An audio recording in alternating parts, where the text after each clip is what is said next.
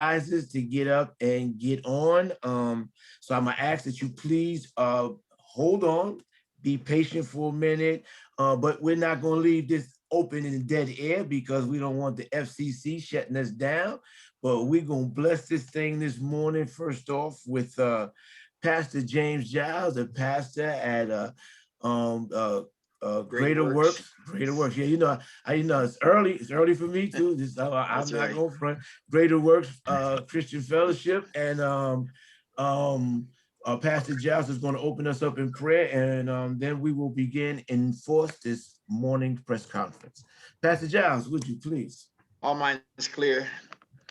God in heaven, you who are the creator and the sustainer of life, God, we certainly acknowledge our utter dependence upon you, especially in matters such as this, because this is a matter of the heart, this is a matter of the mind and the spirit, Lord. And we're just praying for your favor to be upon this great work. Lord, I'm asking God, it is you that set up kings, Lord. It is you that set up powers. We're praying, God, that we in our mission will find your favor, that we would find grace in your sight.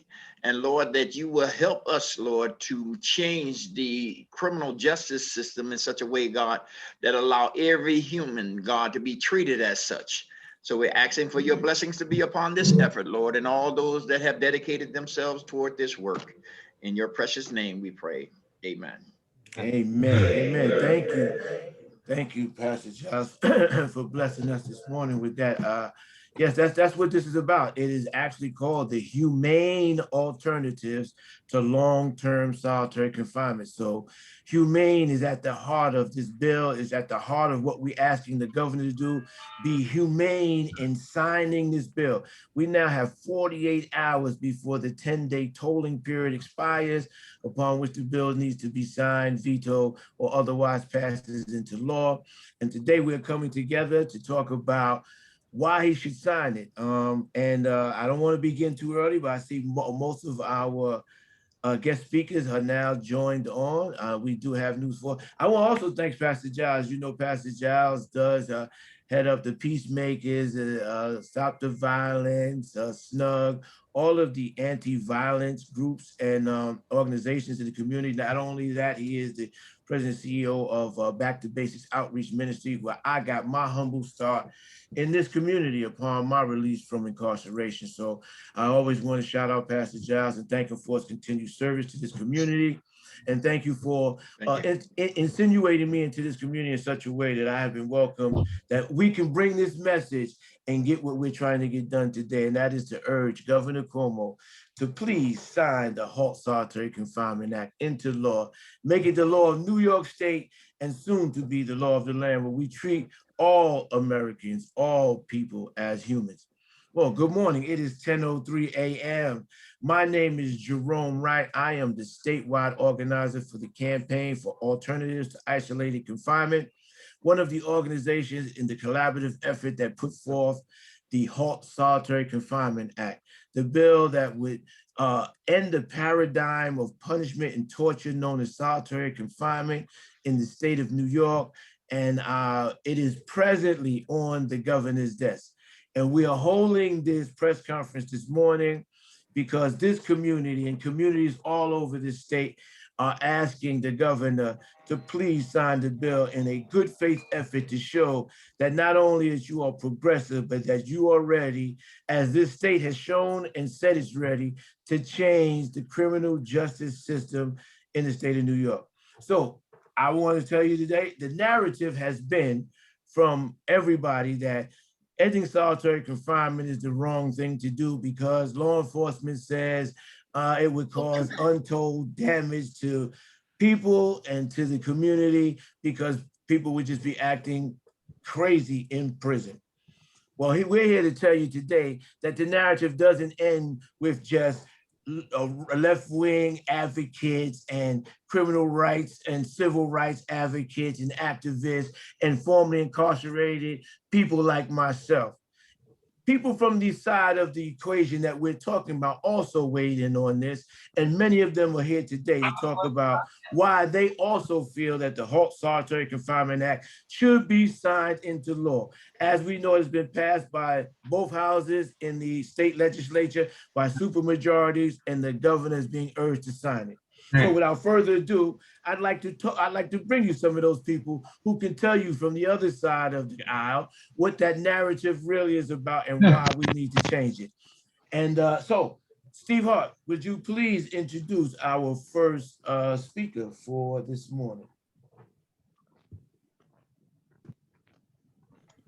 Okay, so we're going to hear first of all from Donna Mortimer, who worked for a couple of years in corrections as a nurse at the Collins facility, and her experiences there led her into finding that solitary confinement was both a travesty and a mistake.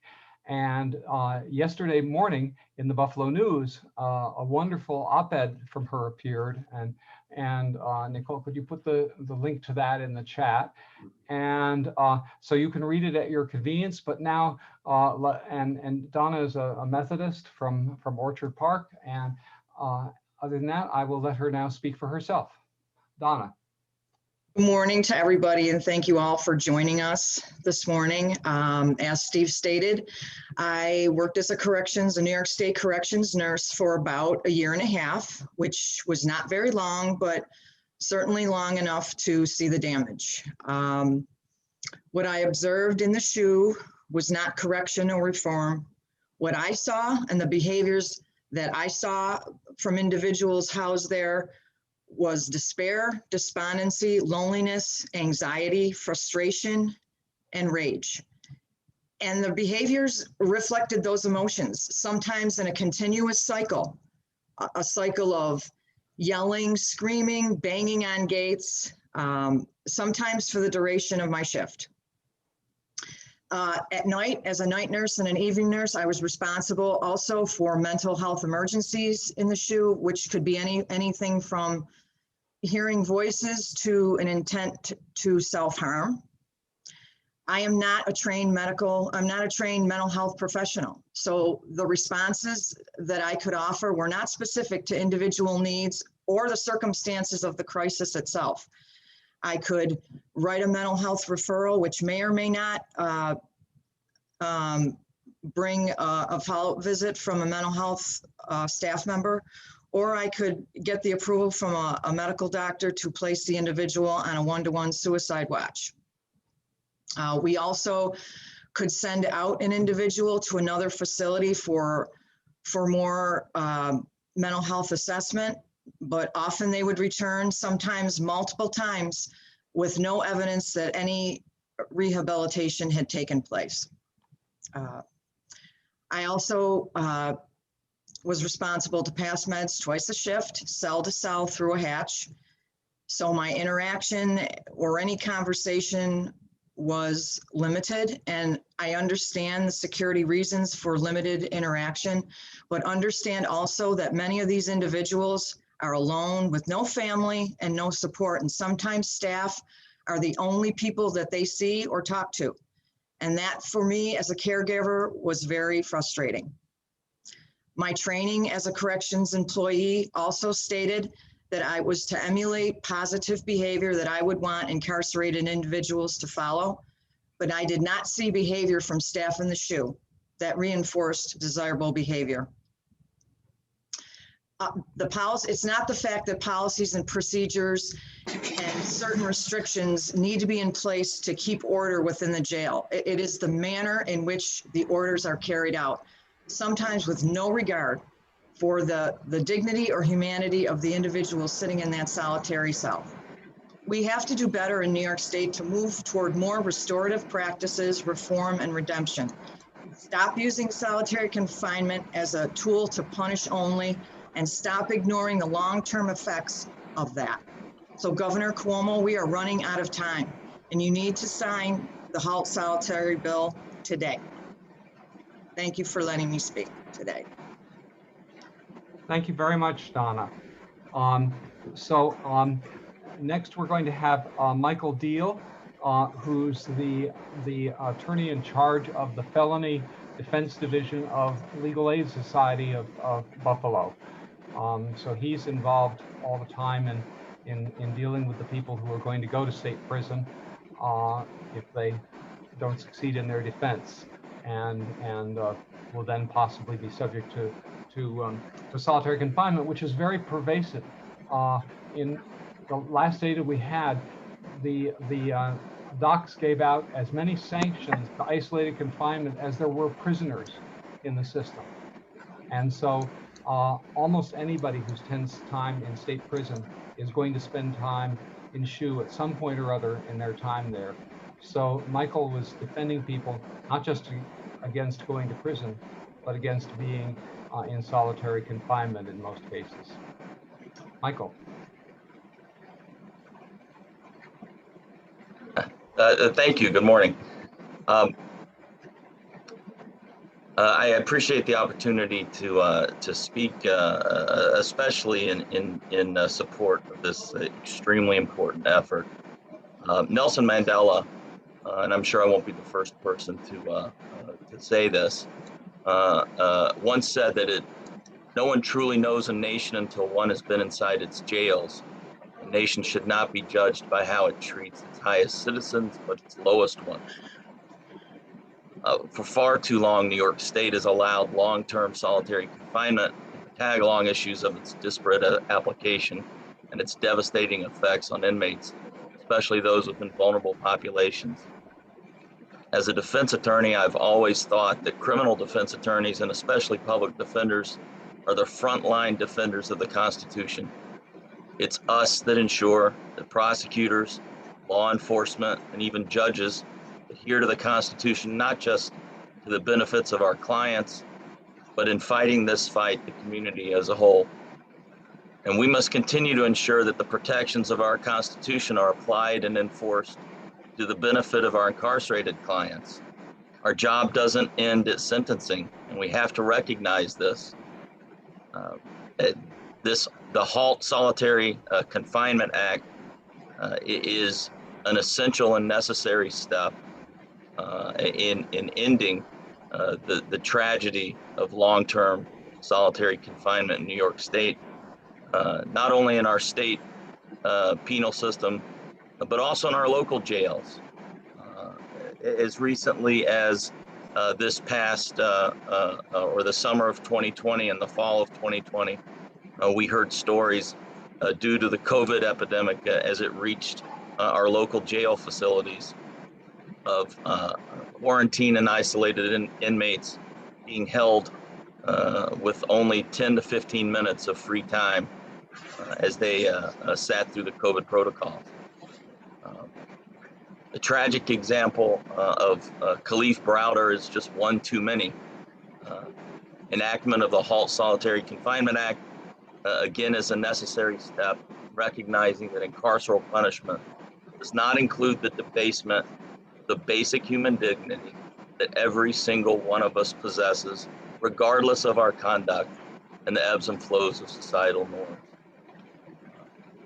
I'm not proud of the fact that we've had to take these steps to end this torture that's been recognized by the United Nations. I am proud of the effort to end it. We can leave for another day the question of why we engaged in this practice to begin with, but the practice itself must end, and Governor Cuomo must sign this act. Thank you. Thank you very much. We're going to now just change the schedule slightly, at least if we can get Indira. I think you're connecting to audio. Are you connected yet? I don't think he's not connected yet. Okay, we can't hear Indira yet. So we'll wait. As soon as he's connected, we'll make him the very next speaker, because he has to go at the demand of parole at a time that they choose, interrupting his day. So we'll put him on as soon as he can get connected. In the meantime, It's time to hear from Patrick Cray, who is a retired Buffalo police officer, worked for 20 years, and was much loved by all the people he interacted with. I keep hearing stories of people who've heard him speak. And he's been a major part of our HALT solitary confinement group here locally. He spearheaded the development of our replica solitary confinement cell, the full-size replica that we take around to various places, and has made just immense contributions to our movement. And so I thought it'd be good to hear from his perspective as a retired police officer, why he wants the governor to sign the bill. So Patrick, time for you to speak for a second. Oh, let me just, before Patrick starts, let me say for all the speakers, everybody's been great on time so far. We want everybody to be within 5 minutes. If you if you're getting close to the end of that, Nicole will hold up a red folder in front of her like that. And so that'll be your signal that your time is essentially up and you need to wrap up right now. Okay, so Patrick, the floor is yours. Yes, thank you all very much. Thank you to our elders and all of our seniors and those that have suffered in solitary confinement. Yes, my name is Patrick Cray. I am a retired Buffalo police officer after serving 24 years in the Buffalo Police Department. I retired in 2007 from Buffalo. I am married and I do have 2 children. My wife has 2, and collectively, my wife and I have served close to 60 years, both of us, in some form of law enforcement. My wife is retired Buffalo Police also. But I was introduced to this whole process back in 2015 when a play came to St. Philip's Episcopal Church, and the play was called Mariposa. And I was invited to watch the play. And in attendance, I think that there was about between 35 and 50 people in attendance for the play. And I had already retired. So I was fresh out and, learning new things, getting on new committees or whatever. And watching that play really opened up my eyes. Whereas in my 24 years of doing law enforcement, and even during my last few years, I met Pastor Giles and Jerome with Back to Basics Ministries. And that's where I met Jerome and the dedication and commitment that he has, as well as working with Pastor Giles with a program that was put on with the Buffalo Police Department, trying to find mentors to work with youth that Pastor Giles was working with. And we visited the prisons, and I met Jerome, and he was released, and then we became friends. And and it's really been a long-lasting friendship between Pastor Giles and his crew and his colleagues, and myself and my wife, and Jerome and his wife and his family. But when I saw this play, the left side of my brain really clicked in seeing this woman that was the saint, Mariposa and the Saints, and hearing and watching everything that this woman was going through while she was in prison. And it never dawned on me, of all the people that I locked up and my wife locked up and took down to the holding center in in 74 Franklin Street on the 4th floor, and all the years that I took prisoners in there, and we strip searched them and put them into the cell and close the door behind them, end up in court. We go to court, we have the hearings and stuff, and that was the last I would see of the person that I would lock up, and many of them were pretty bad people. Making threats, hurting people, stabbing people, shooting up people, and we have to end up going to court and testifying against this person. And then I don't see them anymore, after we go to court. And then after seeing this play, I found out that once the person gets locked up and the officers no longer see the person, unless some kind of circumstances allow them to, but the person is faced with a whole new set of rules while they are locked up, while they are in prison. And then that's what brought me to the sympathy part that I have. My heart started opening up. So I started finding out that all the things, the freedoms that the person has been used to are now restricted. Their medication, their letters, their visitations, their books, their movies, the freedoms that they generally have are no longer with them.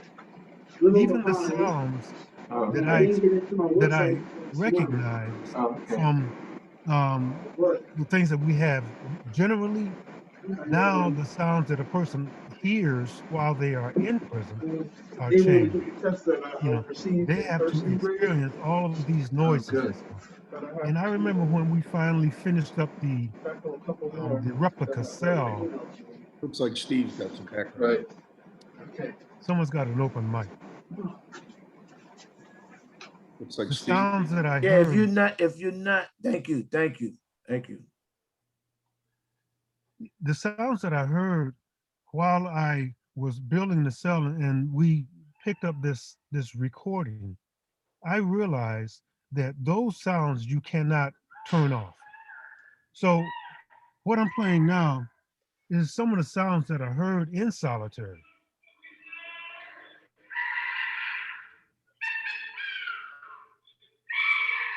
Can you all hear this?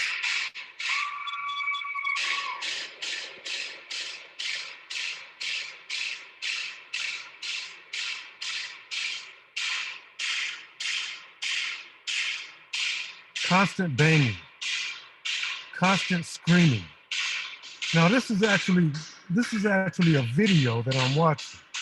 So in this video, I'm watching the actual person behind the cell walls inside this door, metal door with a window in it, and just screaming, kicking this glass wall, this glass door, trying to get attention. There's also a guard that's walking down this hallway, monitoring the screaming sounds, the sounds that are going on in here. And I don't even know if you'll be able to see.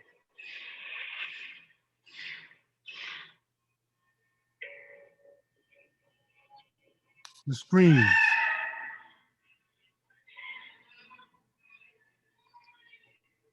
The yells.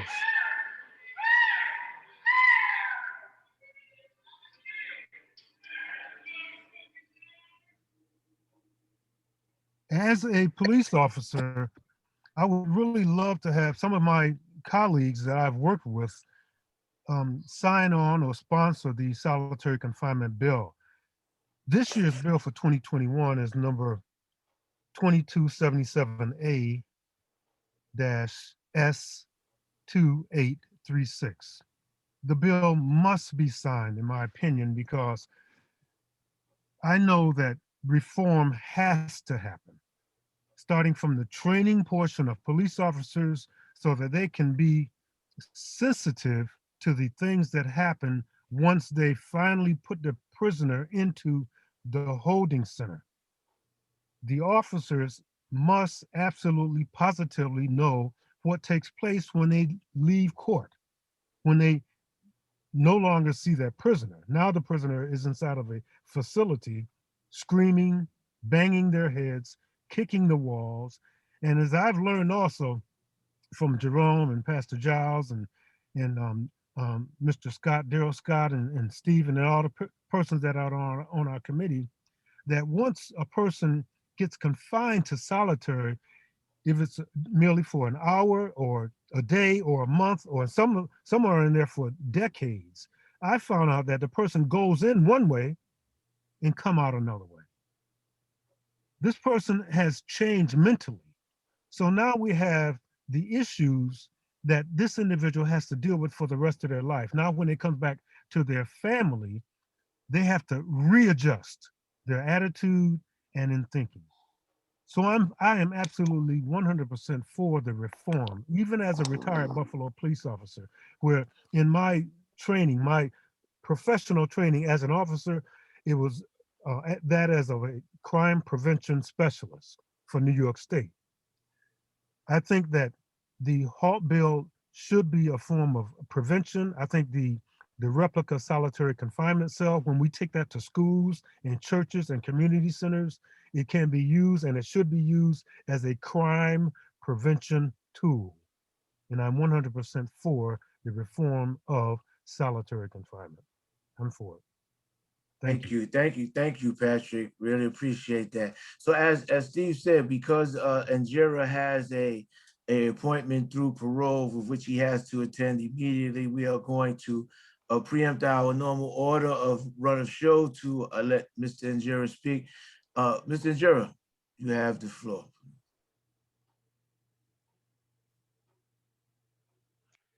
You need to unmute.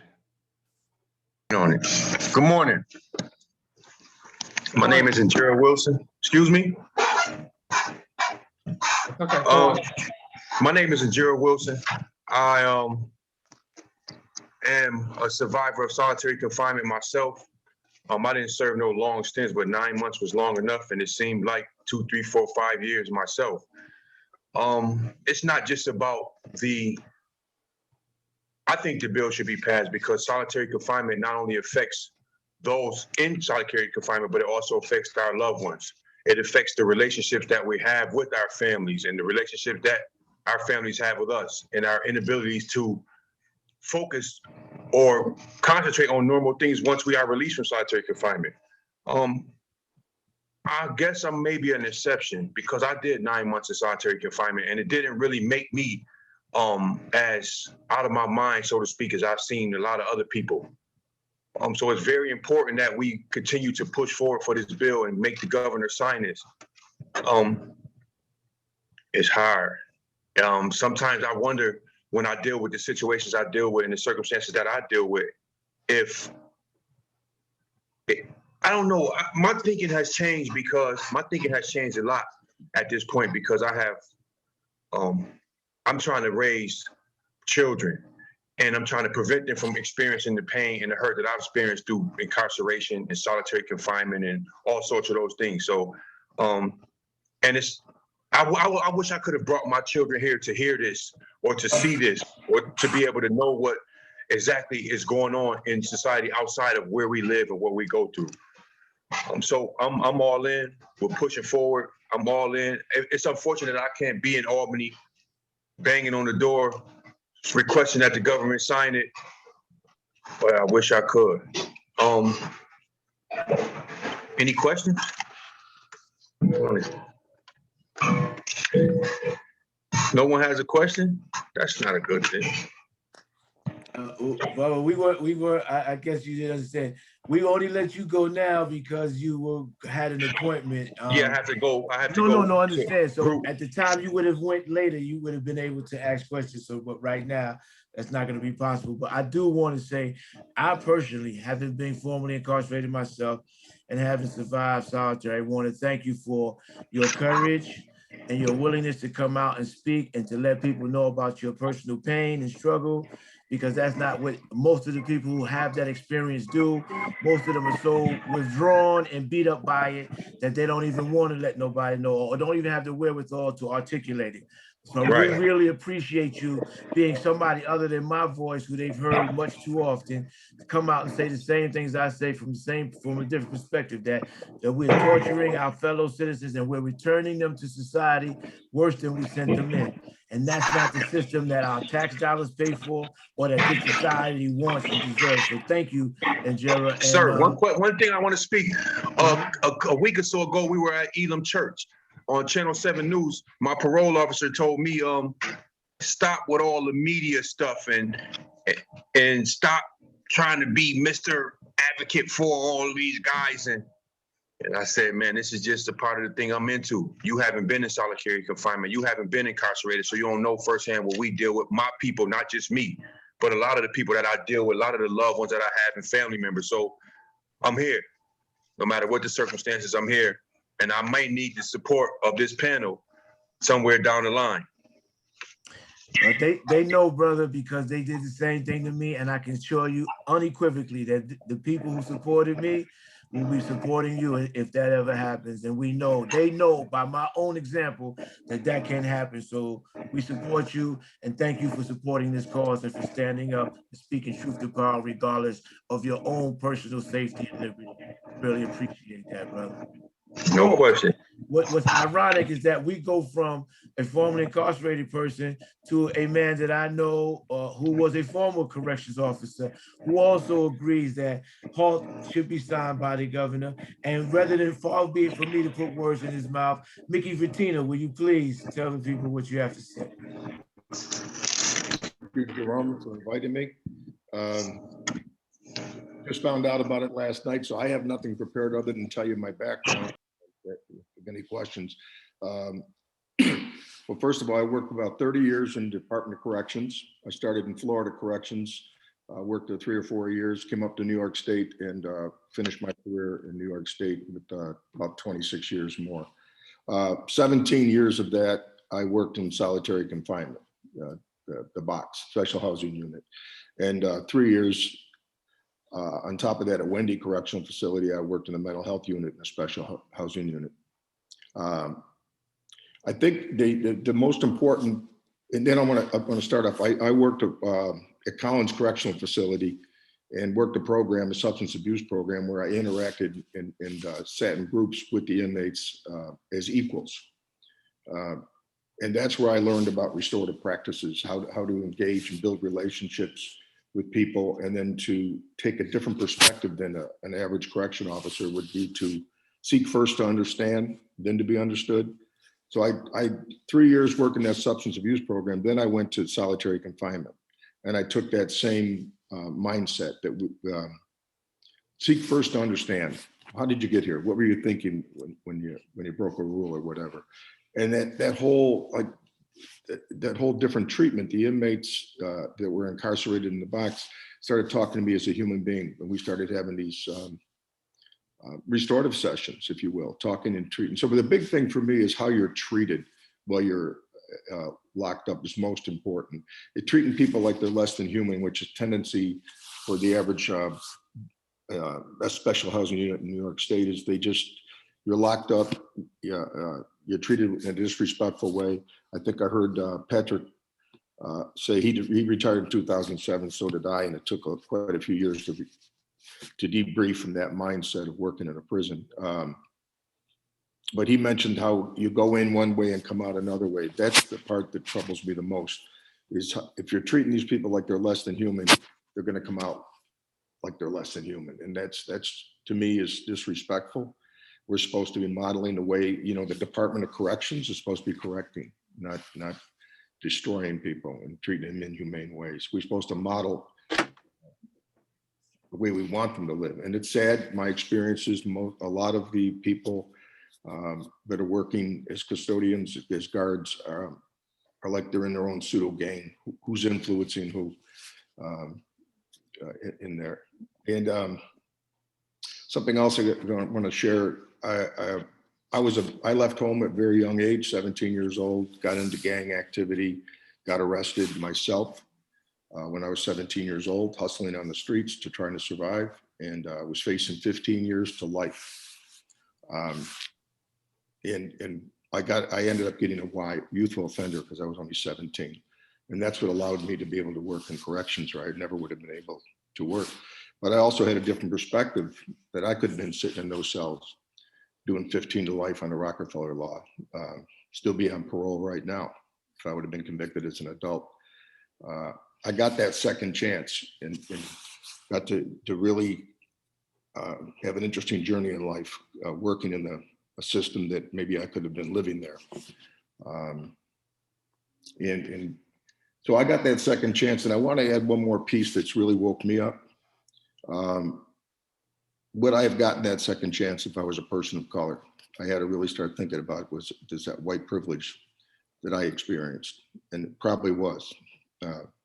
So I have I have a more sensitive feeling to people that are incarcerated. My son, I have a mentally ill son who was locked up in the special housing unit at Wendy Correctional Facility. And I don't believe he was treated very well. Plus, you needed to be treated, not incarcerated. So that's That's my thing, and I just want to give a plug too. I'm super excited that Kim Beatty, who I've known for 11 years, working with her, is a chief and then a commissioner, a person of high integrity. I'm excited that she's decided to run for Erie County Sheriff, and I'm hopeful that we could change the culture in that area as well. Thank you. Questions? Again, I didn't come prepared. I just wanted Well, no, Mickey, what's gonna happen is that we do have some media here, and if they have some questions, we're gonna allow them to ask at the end. So if you can stick around, we appreciate it. But again, thank you for speaking and stepping up. I mean, people don't know that I called you at the last minute, and without hesitation, you said you would speak, and you would also say what you felt from your heart, and you shared that with us this morning. And I just want people to know that the narrative has been that there are no corrections officers, there are no staff that work in there that believe that HALT should be signed. There are no people on law enforcement or people who deal with people who commit crime or justice involved think that it should be not like that. These are the people. They're telling you that this is what it should be like. And in the same vein, we have our legislators who voted in overwhelming supermajorities to pass it. And they were spurred on by the next person I'll bring out, a personal hero of mine, our county chairwoman, the state of the county legislature, April Baskin, who fought long and hard right alongside of us to get a resolution, a bipartisan resolution by the fact in the state, in the county legislature that spurred that supermajority. Chairwoman Baskin, thank you for joining us. Good morning, everyone. Can you hear me okay? Yes, yeah, loud and clear. Okay, great. I just want to commend everyone for being here this morning. Give glory to God for allowing us to wake up and to unify on such an important issue that impacts his beloved children. My name, like Brother Jerome said, is April Baskin. I am the chairperson of the Erie County Legislature, and I serve as the representative for Legislative District 2, which is the east and west side of Buffalo. So you guys know the diversity of the east and west side Buffalo is primarily immigrant, refugee, African-American, and unfortunately, those are the demographics that we see populating our jail system in the state. Therefore, this bill has been very close to my heart. I want to acknowledge my colleague, legislator Jean Bino, who I see is joining us here this morning. She is a hero of mine, a mentor, somewhat of a fictional aunt in my mind, and we've grown to become good friends since she's entered the legislature 2 years ago, and she stands with me on this issue, voted for this issue, and she's always on the right side of issues that impact reform in our criminal justice system. So good morning, legislator and friend. Thank you for being here as well. I'll start off by just kind of the obvious for formalities. The HALT Solitary Confinement Act will end the most harmful uses of solitary confinement currently in practice throughout the state of New York. And like my good friend and brother Jerome Wright said, on October 8th in 2020, with the support of Legislator Vinyl and our caucus and other members of the legislature, Erie County passed a resolution, which I was the primary sponsor of. It was a resolution that I have been working on since 2018. Steve Hart came to me back then when I first became a legislator, and the dynamics of the legislature wouldn't allow for passage of the resolution at that time. But because of advocates like Mr. Hart, Mr. Wright, because of engaging outreach like the jail cell simulation that we spoke about just moments ago, I was able to really become engulfed and educated by these people and that simulation presentation. And for 2 years, I never gave up hope that we would be able to pass a resolution and that we would be able to let Albany know this is something that Erie County says it needs to get done.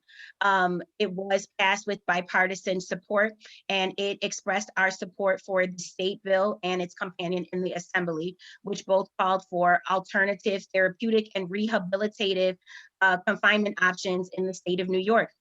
And again, because of the good and hard work of Jerome Wright, Canvier, Steve, Hart, Danny Johnson, the New York State campaign for alternatives to isolated confinement, the Partnership for the Public Good, Andrea O'Sullivan, and Citizens Action of Western New York, and a plethora of other people. Forgive me for not naming everyone, but it was a combined effort here in Western New York. Both the state and the assembly passed the HALT Act, and I literally jumped out of my skin. But the truth of the matter is that until Governor Cuomo signs this bill, correctional officers will continue to have broad discretion to subject people to 23 hours of isolation for prolonged periods of time, even for minor misbehavior offenses. And this discretion, it permits overt and implicit bias, and it corrupts the disciplinary process in our jail systems. The inhumanity of keeping someone isolated for 23 hours a day in a cell, in a cage, in a room, wherever, where they receive limited meals, altered meals than the rest of general population, meals through a slot in the door. I mean, that was reason enough for me to speak out on this issue.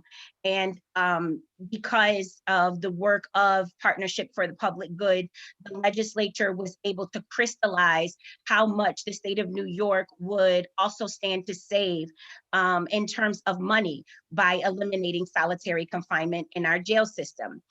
Eliminating and reworking solitary confinement units while consolidating the jails, which, let's be honest, because of other state legislation, are only partially full, would lead to a less inflated corrections budget statewide. And everybody on this call knows, every taxpayer, every resident knows that the state of New York needs to find every single dollar it can to close the state's budget gap. So there's a fiscal impact here. There's a human rights impact here. The trauma caused by this treatment, it also extracts the costs and a burden on our local health care system. Mr. Vertino said it so eloquently when he shared his personal testimony about his son, but our healthcare system cannot afford to criminalize people who are suffering mentally. Suicide rates are much higher among those who serve time in solitary confinement. So we cannot afford to overload our healthcare system at a time where we need and we are fighting to preserve every single bed for the most vulnerable people. And a lot of times these people are often come from the same communities of people that are incarcerated. So I'll close because I know we have other speakers and there's going to be a time for questions and answers, but finding alternatives to solitary confinement is not just going to save the taxpayers' dollars, but it can and it will literally save lives. So I'm going on the record right now and saying, Governor Cuomo, the time now is to act. Sign the bill. Thank you all so much for your hard work, for all the education that you've given me since 2018 on this issue. Congratulations on your hard work for getting the bill thus far. I believe we will get it over the hump. God bless everyone. Thank you very much, April. I have to depart in about 5 minutes. I'm working on another bill with Andrea. It's the county's language access law. I have to get back to that, but I'm going to stay around for a little longer. But I just have to let you all know how much I am motivated, and my policy and the direction in which I govern is led by people like you. So thank you. April, you have been one of our most consistent, fervent, and effective allies, and we are just thrilled to have you with us and to be in support of you. And Andrea O'Sullivan from the Partnership with Public Good is another of the same breed. I ain't gonna let you keep butchering her name. It's O'Sullivan, not O'Sullivan. She's not Irish by no stretch of imagination. Please clear her name up. So the Partnership for Public Good originally made getting solitary confinement in Erie County one of its priorities. In fact, its top priority for I think 2018, and it took a little bit longer than just 2018 to get something through the county legislature, but we did, and PPG was a major factor in that. constantly set up meetings for us, constantly advocated for us, did the most amazing number of things for us. And so, but today, I asked Andrea to come and talk to us a little bit specifically about the cost savings that the HALT bill will provide for the state and county, which is the subject of a report that PPG put out. PPG is a major kind of think tank that puts out lots of very carefully done research to benefit our community and the state. And so now let me turn it over to Andrea to speak a little bit about what that research showed. Thank you, Steve and Jerome, and everyone for being here this morning. And I want to kind of start out by emphasizing, we wouldn't always turn to cost as our priority when we look at public policy, and especially changes that are going to reduce all of the suffering we've heard about this morning. In this case, a previous legislative session that was coming close to passing HALT was really slowed down when Governor Cuomo said it's simply going to cost too much money to do this. It's going to cost the state and municipalities, he said, over $1 billion to implement this. Never provided any other detail or background on how you would get to that number. So with our partners in the HALT campaign, we decided let's look at what would this cost or what would this save. And I'm going to just share my screen. I will keep it brief this morning, so don't worry. So in November, we released a report, as mentioned, called Save Money, Save Lives, an analysis of the fiscal impact of the HALT Solitary Act.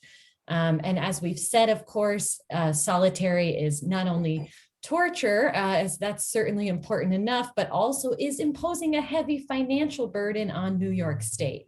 And the big takeaways from this analysis is that signing HALT into law, Governor Cuomo can now save New York State and localities $132 million per year, which is more than $1.3 billion over 10 years.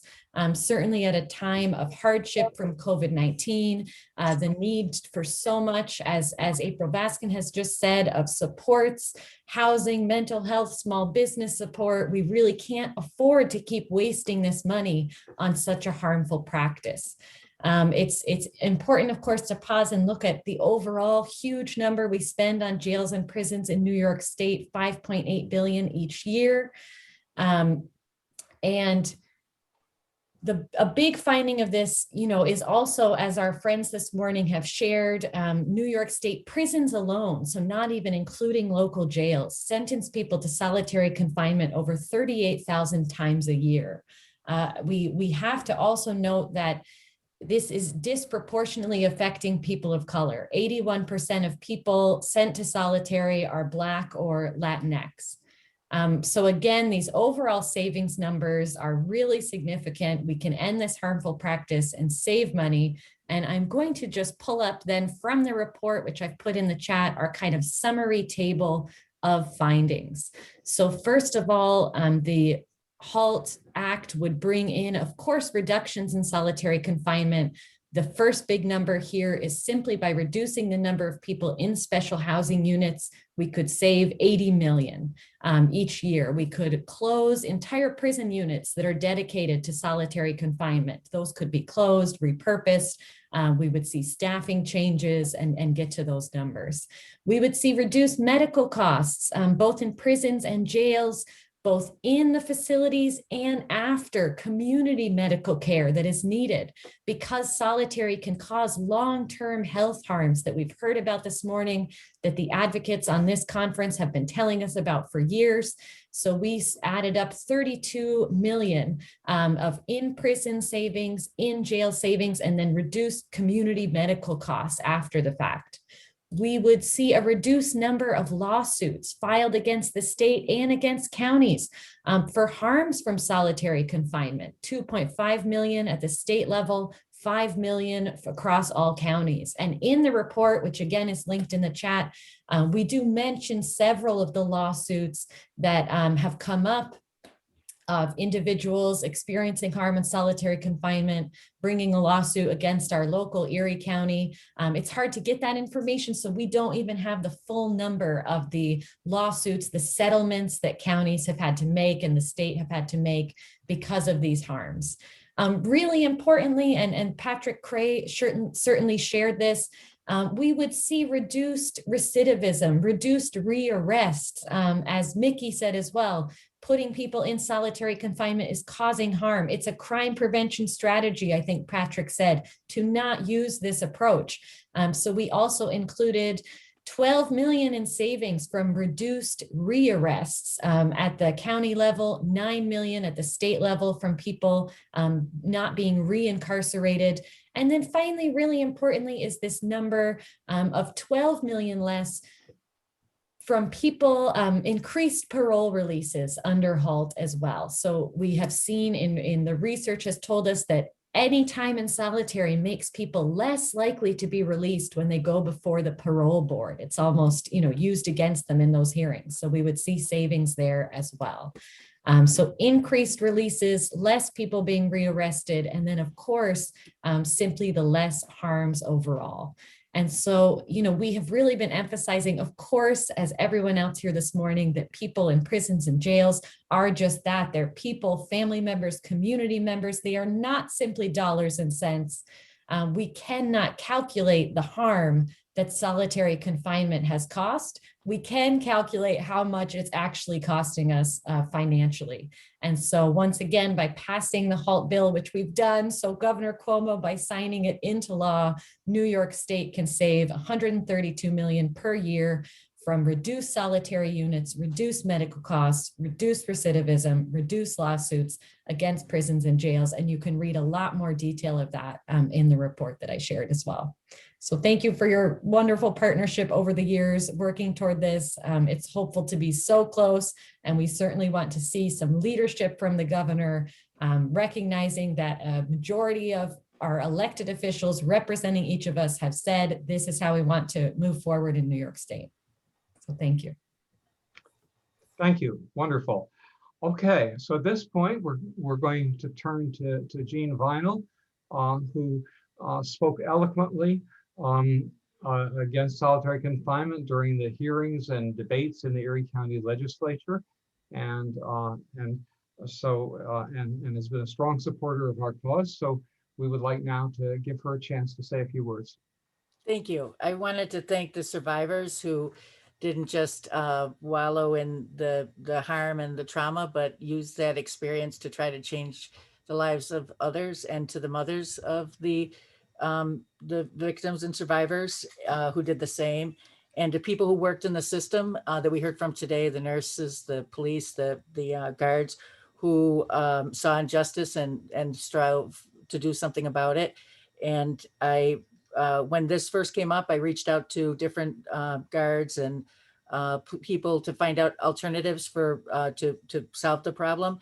And one of my friends who's a lawyer said that, the most effective and most prolific supporters of reforms to help prisoners is actually guards units that have done things. So it's not an us versus them. It's not a left-wing agenda. It's a mainstream request that people of goodwill and people of faith should support. During this Holy Week, we look at, we're sort of reminded of the corporal works of mercy that in Catholic Church, and one of them is to visit the imprisoned. There's only a handful of corporal works of mercy, and one of them deals with prisoners. That's how mainstream and fundamental protecting our prisoners is. So I wanted to speak today to ask Governor Cuomo to sign the HALT into law, and speak as to the reason why I'm asking him is that the HALT is a good start. It's not the end. It's a good start, and it's a hard-fought start and a good start. And I asked Governor to do it because he actually has done so much. I have 4 children, ages 18 to 24, coming up in the world now. And I'm always telling them how much New York has done over the last few years. And that's because of Governor Cuomo, also because of other people like Crystal Peoples-Stoke, et cetera. But Governor Cuomo has done so much for help make every citizen enjoy the blessings of liberty in this state and Western New York and in the country. He is a governor that has the courage to set an example for other governors. If you look at what he's done for Buffalo with Buffalo Millions, the Tesla plant, which soon hopefully will have jobs, with Roswell Park, with 43 North Street competitions, and for social and economic justice by increasing minimum wage, which is, and I believe that in New York and California was the major reason, along with the 15% gains tax, which was temporary, but the major reason to increase the economy in 2017 and 18 was that minimum wage increase. And he did so much for mandating every state agency to do fair and bold WNBE participation, and that's social justice and economics combining. And we have the best participation of small business, of WNBEs in the whole United States because specifically of Governor Cuomo. And on social justice, the things that Governor Cuomo has done are stopping children from being prosecuted, period. And that was announced here in Buffalo, New York. I had my children go to that because I thought that was such an important advance of having the backbone to allow a path for clemency, which so many elected officials don't have that backbone to allow for clemency. And that, like HALT, is a safety feature for guards. Who would want to guard someone that has no hope ever? Who would want to be a police officer in the streets who knows that this person who's been to jail once knows about solitary confinement? It's a safety issue. And that we've done the repeal of 50A. And that we've done the Child's Victim Acts, which made it so, as a Catholic, I know that people in the church, and I know Mickey Vitrano or Virginia would agree probably with this, is that fellow Catholics who thought that it was good to cover up and to move weren't helping the church. They weren't helping the church's mission. Same thing here with police and with prison reform, with bail reform, so that poor people don't sit in jail for 2 years, so that they can await trial, as opposed to somebody who has means that doesn't have that same. And sensible gun reform. So many governors didn't have the courage or the backbone to do sensible gun reform because they thought any regulation on legal ownership might trigger lawful gun owners' ire. And because of that, they'd rather allow shooting after shooting after shooting. And also recruiting every single city, town, county to spend 9.5 months to adopt, not to just talk about, but to adopt a plan for police reform. So this governor, I asked this governor to lead the way again on HALT, and to do the right thing as Governor Cuomo, you did, and so many other things regarding social justice in New York State. America is the greatest country because we allow for change, because we evolve, because we expand the blessings of liberty. And we have done that every generation. There are setbacks, and this solitary confinement is a setback. Started in the 70s in recent times. It wasn't something that's been around for hundreds of years that we're trying to change anything. We're just trying to turn back a setback that maybe some people thought was a good idea, but turned out to be a cruel idea. And HALT doesn't stop solitary confinement. Doing a fair amount of 1950s television, Family on Panel. It just takes away, it takes us to the point of not being torture on the international level. So it's not doing that much. It's just saying that at 2.5 weeks, that's torture as a matter of law and as a matter of fact under international rules. So thus, the county adopted this, and it wasn't 7 Democrats against 3 Republicans and 1 conservatives. It was 7 Democrats plus 2 Republicans who voted in favor of HALT. The 2 Republicans, one was legislator Mills, who is a veteran, and he very movingly said that the solitary confinement was what was used against U.S. soldiers in Vietnam and Korea, and that's why America fights against practices like that. So he felt that this has to stop. He said that. And also Tadaro said that he wanted to vote his conscience on it. And both of them, I think, paid a price internally. But guess what? Neither of those two have an opposition this year. And I think that's related. So doing the right thing, having courage, having a backbone is not something that hurts politicians. It's something that helps. And so that based on the governor's track record of standing for what is right, speaking for the voiceless and the oppressed, and standing up for social justice, I asked the governor to sign this law and to show the same strength, leadership, and moral courage, again, to do the right thing, to stop solitary confinement and sign HALT into law today. Thank you so much, Jay. I mean, it is your staunch support and your willingness to go beyond where we've gone thus far is really endearing for many of us. And thank you for having the backbone to stand up on principle and say what needs to be said. Thank you so much for your support. I want to go now to Pastor James Giles. Pastor Giles has a probably one of the most unique stories ever. But in this instance, many times the narrative out of corrections is that people are asking for solitary confinement. They need it for protection, and everybody who goes in there comes out and they're better. They're not violent. They're not breaking rules anymore. Well, I think Pastor Giles is somebody who can tell from firsthand acknowledgement that that is not at all true. Pastor Giles, would you educate the people, please? I thank all of you, and good morning to you all. And thank you, Brother Jerome and Stephen. I appreciate certainly the work that you're doing in this area. As most people know, I run, since I came home in 1994, a ex-offender program that we now call reentry. So, and I deal with about anywhere from 70 to 130 individuals in 2019 came through my program, formerly incarcerated individuals.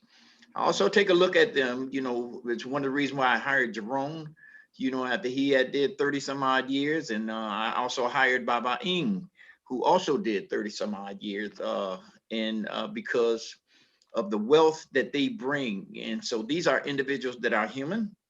They are articulate and smart, but the institution sees something else. And this is about this non-cooperation.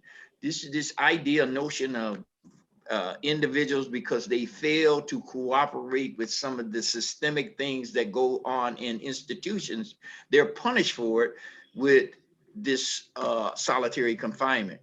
Now, you know, if the United Nations says that this stuff is unacceptable to lock somebody up for 22 hours, Governor Cuomo, we're supposed to be the leader of the free world, but we know, particularly us people of color, we know that that's just a myth. You're only a leader of free world for some people, right? But as it relates to the peoples, as it was stated earlier, a society is only as great as it treats the least of our community. We assume that locking people up somehow rehabilitates or somehow breaks their spirit. Here's the problem, and I am not a psychologist by any means, but I am a counselor, and I counsel families, and I counsel those brothers. That's where everybody sends brothers to me that are going through. I'm the counselor for my reentry program. I've had a chance to speak with people at a very deep level. And when an individual is locked up, here's the problem with it. So we are very social creatures, and everyone knows that. Social creatures do not do well locked up, first of all, period, but then isolated. When you do that, because we're left to our thoughts. And one of the reasons that separate us from animals is that our imagination, our creativity, our past processing, our past histories, our lives, right? So when we begin to consider that, and I am left to my own thoughts, and in many cases, you know, individuals don't understand why they're in isolation, and to be left to their own thoughts, that individual is going to come out of that situation tarnished. And I'm saying it may not be evident, but it will be evident when they have to come back to society and begin to relate with other social creatures. It's evident, and I've had some guys say, listen, man, I can't even sleep in the room with my wife. I got to be by myself at night. I got to sleep there. I can't even I'm trying to interact with my kids, man. I'm on edge. So this thing is very real. It is torture to be in isolation. I tell families, you know, the parents, I said, listen, stop locking your kid up in the room, but quit putting them, I got some parents want to put them in closet designed to break their spirit. We have to begin to act like we are leaders of the free world. We have to act like we are society. We have to act like that we have some sense. And I'm just believing that if we continue this form of practice, we have this very idiosyncratic society that's in my mind, the rulers and the individuals making laws and policies have not ever experienced the very things that they're setting policies against. And just listen, one day, we wouldn't even, Governor Cuomo, if you were ever in isolation one day, we would not be having this conversation. We would not be having to convince you to sign such a thing in law, because it has that damaging effect on individuals that are social creatures. Listen, we are maintaining, I'm with Gene, you know, we listen, this doesn't go far enough. We need institutions to begin to adopt, and Mickey alluded to it earlier, like we were there when Mickey and I was over at college together, and I was an inmate at the time. But this idea, notion of restorative justice, it is the same principle we are now teaching our children. Listen, when they are rebellious and when they are uncooperative, then we need to find out what it is that's going on with them. And that's all some of the prisoners act. Listen, that's what restorative justice is. I need to find out what's causing you to behave the way that you are, as opposed to immediately punishing you because you are going against the system. Right. And listen, and the going against the system, meaning the system is broken or the system is inhumane, and somebody has the audacity and the nerve to speak out against that. And for that, you want to lock them up in a cage, in a deeper cage, and isolate them to try to shut them up. You don't realize the psychological damage that you're doing to this person. And then now, listen, and it says that if the United Nations, America, if United Nations is saying that to isolate a person beyond 15 days, is inhumane.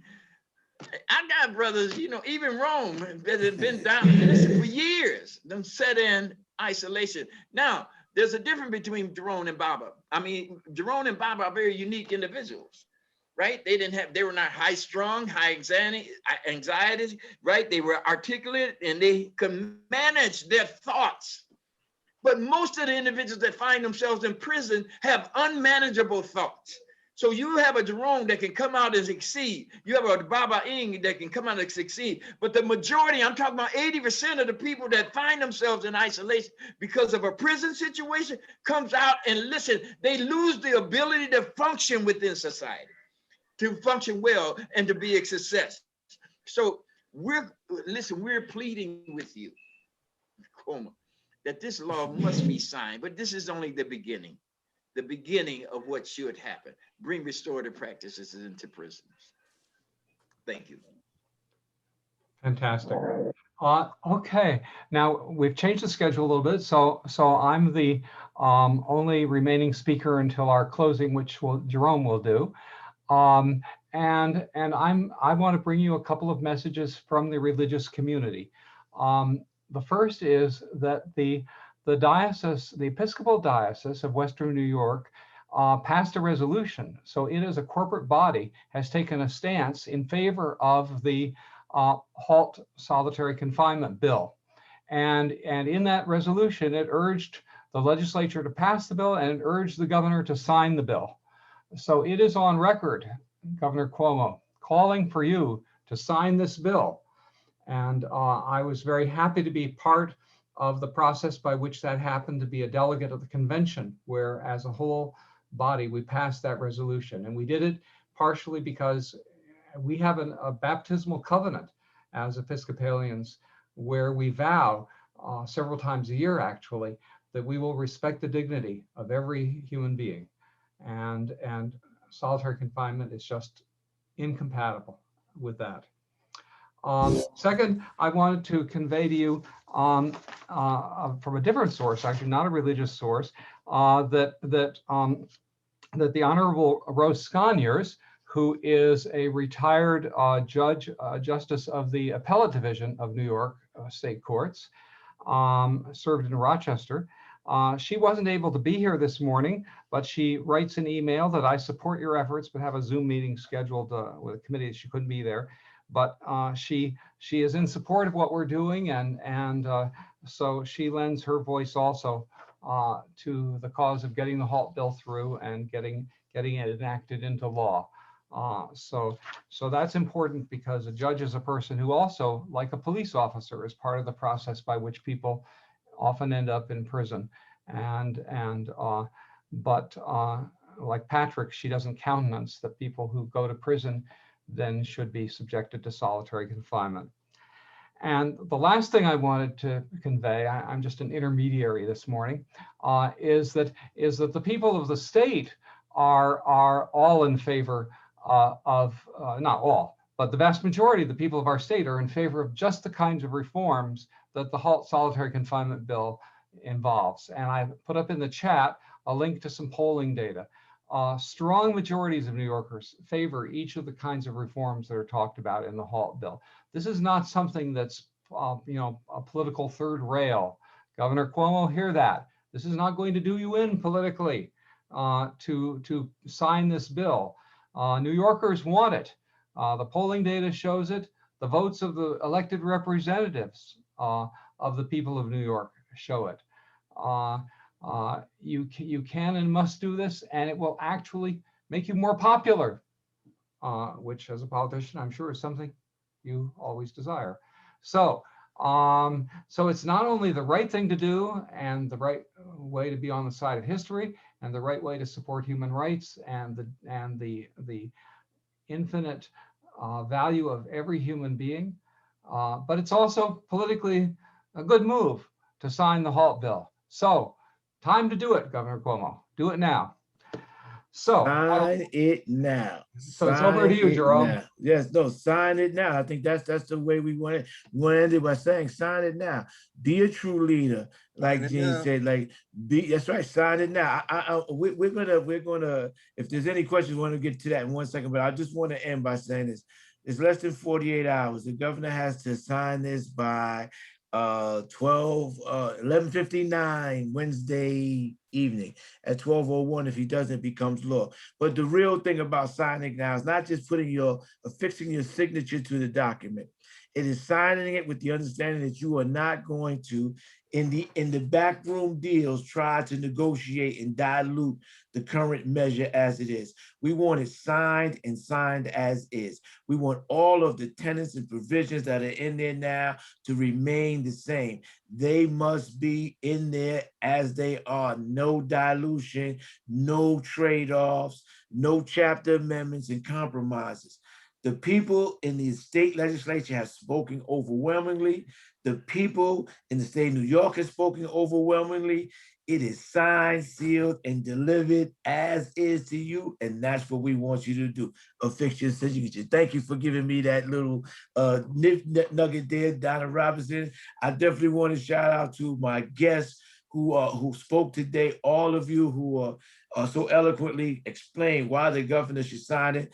And in spite of his reasonings from the unions, the guards, and everybody else who was telling him otherwise, this is the reasons why that we have some people from the other side of the aisle who feel like this is the best way to go. Even the Cardinal Dolan wrote an op-ed this week saying that you should, as a good, devout Catholic that you say you are, follow the dictates of the Pope, follow the dictates of your cardinal, follow the dictates of Bishop Scharfenberger, the bishop in Albany.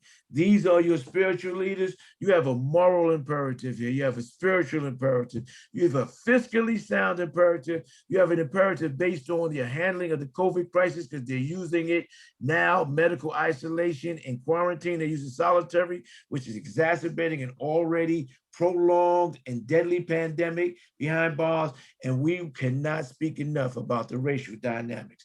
In a time when we're trying to show that Black lives matter, that incarcerated lives matter, here's the time to show that humanity matters, that we will stop treating our fellow citizens of the state of New York inhumanely like animals in a cage. Sign the bill, sign it now. Governor Cuomo, the move is on you. Let's get it done. Let's get it done today. Jerome, yes. we have a couple of press people with us. Yes, I'm going to ask a question. We should give them priority for asking questions before we open. Yes, I was going right to that. As a matter of fact, I was wondering, I saw News 4's picture there was breaking news. I thought they was about to express that the governor had signed it, but I guess that wasn't the breaking news. So for any of our media people who are on, who has any questions, while we have the guests here, so that you don't have to misquote anybody or you don't have to get the wrong perspective, here's your opportunity to ask a question to anybody who spoke or ask a question to myself and Steve about the campaign, about the governor signing or anything to that nature. You can ask it by just voicing it, or you can drop it in the chat where one of Nicole or one of our spotters will get the information to us. While we're waiting for a question to come in, I want to thank, again, all my guests who are here. I want to thank some of our stars and support who got us to this part. People like Jane and Jack Mack, and people like Howard Henry and Nicole. I'm not even going to try to pronounce your name, the last name right now, because I always mess it up. But, you know, people like Darryl Scott, one of our organizers. These are the people who have endured, some of them endured solitary, some of them endured hearing the stories about it, but most of all endured this long and arduous fight to get it passed in the legislature. So they're on the floor. I don't know what's going on. I guess there's breaking news. So maybe we're not getting a question because something is breaking. I think this is the case for the George Floyd case that we're seeing on there, which is really what we're talking about here. We don't want people dying in solitary like George Floyd died on the streets. And what solitary do? Solitary is putting the knee on the neck of the citizens that we place in there. Let's not continue to do Police that. Department Use of Force Training Coordinator. He's going to tell you about what training Mr. Chauvin had received. But he's also going to tell you that he knows no training that would suggest that kneeling on somebody's neck, as Mr. Chauvin was doing, you should be able to mute them. According to Minneapolis Police Department Steve is the host. Steve, can you mute that, please? Do you want me to mute News 4? News 4, yeah. Well, you will learn that officers are trained. We can watch that on our own time. This is our press conference. Jerome, one quick comment. Yes, go ahead, Mickey. Go ahead, Mickey. You might remember when we went and talked to Gallivan a few years back. One of the things I wanted to bring up that I brought up there was this treatment of how we treat others will also impact in a positive way on the staff. Yeah, I'm telling you, officers are coming out there, post-traumatic stress, living in that kind of environment. It's not a healthy environment, and they take that home. And this would impact on if we could get a more humane and a restorative approach to things. I feel staff would be much better off after their career is over when they exit, because they come out damaged as well. Thank you for saying that, Mickey. I want people to know that even as a formerly incarcerated person, this is not anti-guards. This is not wanting them to suffer. We want everybody to be better, and we have facts to show that every place where they've instituted some of these reforms, the staff that was initially reticent and against it now wish they had put it in sooner, because it changed the whole ambiance of the facility. The environment was not us against them, and it's more interrelated. The atmosphere is more humane, both for God. Let me say something. We know indisputably that corrections officers and police officers have the hardest jobs, and they have the worst problems: domestic violence, drug and alcohol abuse, suicide, all of those things that permeates that profession. And part of the reason is when you visit torture and pain on other people, it is reciprocated to you. And when you stop visiting on them, the peace and the love and the care and compassion is also reciprocated upon you. I can tell you that I know stone cold people in prison who are really bad people, who, if you treated them like human beings, would have no other recourse but to react in kind. But you don't do it, and then you get what you asked for. And the real travesty of this whole thing is that when we treat people like animals and then let them out and they act like we treated them and conditioned them to be, we blame them, but not the system that created them.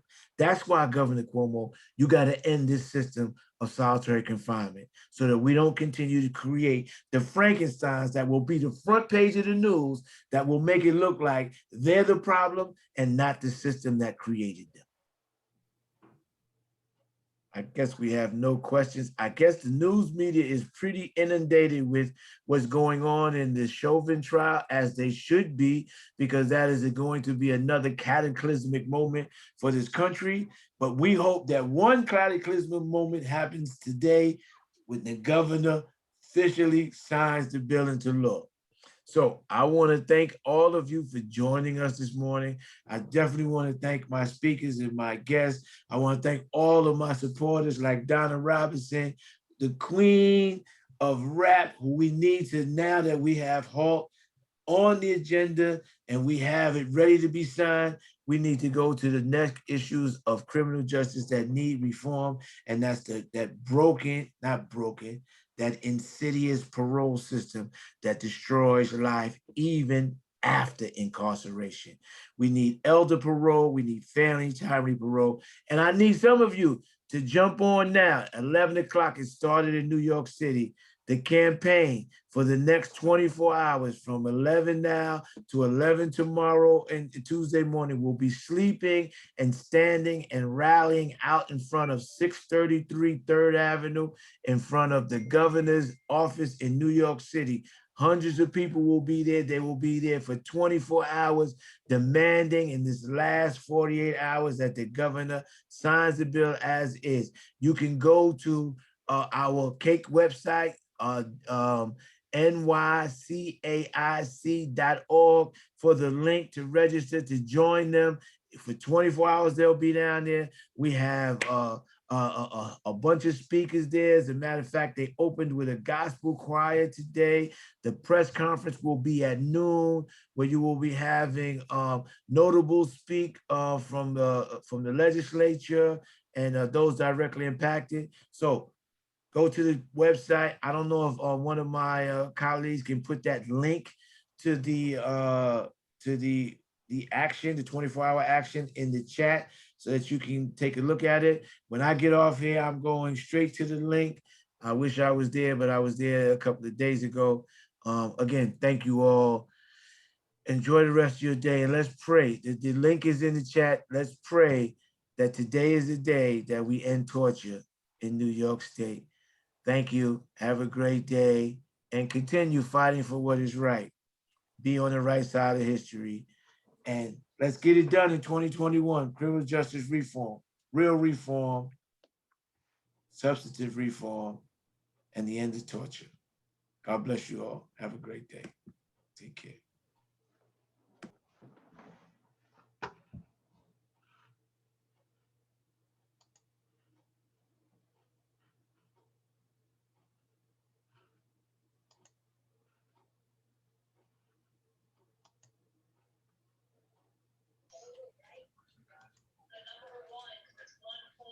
Okay, Steve.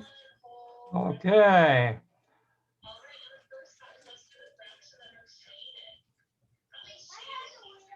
Donna, once we get the governor's signature, you're next.